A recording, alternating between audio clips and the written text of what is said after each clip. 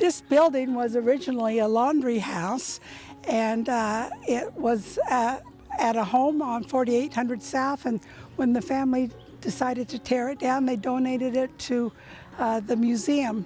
And we decided that this would make a great replica of a one-room schoolhouse. And so I would like to welcome you to our Taylorsville one-room schoolhouse and ring the bell to get things started.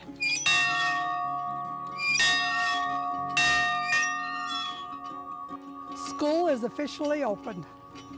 As you can see, this is a replica because in reality they were a lot bigger because children came from all over the community to this one room, and they were all taught together by one teacher.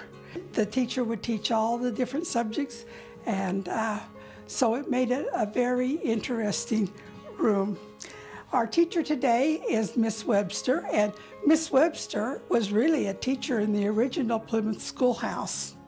The teacher's desk is kind of interesting. They have all sorts of things. To begin with, in those days, the teacher had an ink bottle on her table, and this was the pen. No ballpoint pens in those days, and they might have even had a feather that was sharpened to a point. They would dip the pen in the ink, and then they would practice their cursive writing on the paper. And if you look at the desk, you can see that each desk has a hole for an ink bottle, and each student would have their own pen. Now, with the ink bottle being on the table, every now and again some adventuresome boy would see this young girl who would come to school with nice long pigtails, and they would take their pigtail and dip it in the ink, and then he was in trouble. And back in the corner there is a stool with a dunce hat, and it says dunce, and that child would be sent back to the corner, face to the wall, and wear the dunce hat.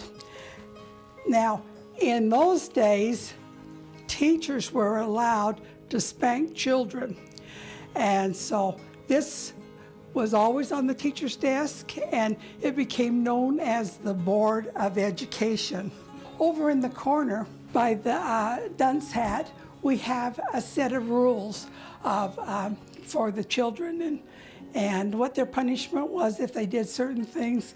But what I kind of liked too, back in 1872, the teachers had a long list of rules that they had to adhere to. So it wasn't only the children, but the teachers too.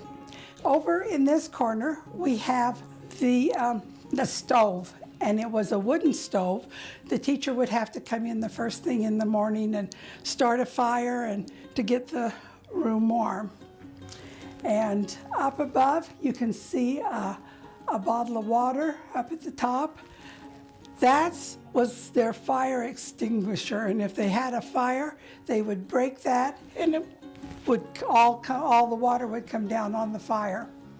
So times were really interesting in those days. Over on this wall, we have lots of school pictures of the old Plymouth Schoolhouse. My mother went to school there, I went to school there, and this part of the school was where the early grades would go, the first, second, and third grades. As you can see, there's lots of pictures here. Here is a picture of the school bus, a school wagon. That's how they would get children from the far outlying areas to school. They might have ridden a horse, and a lot of them walked.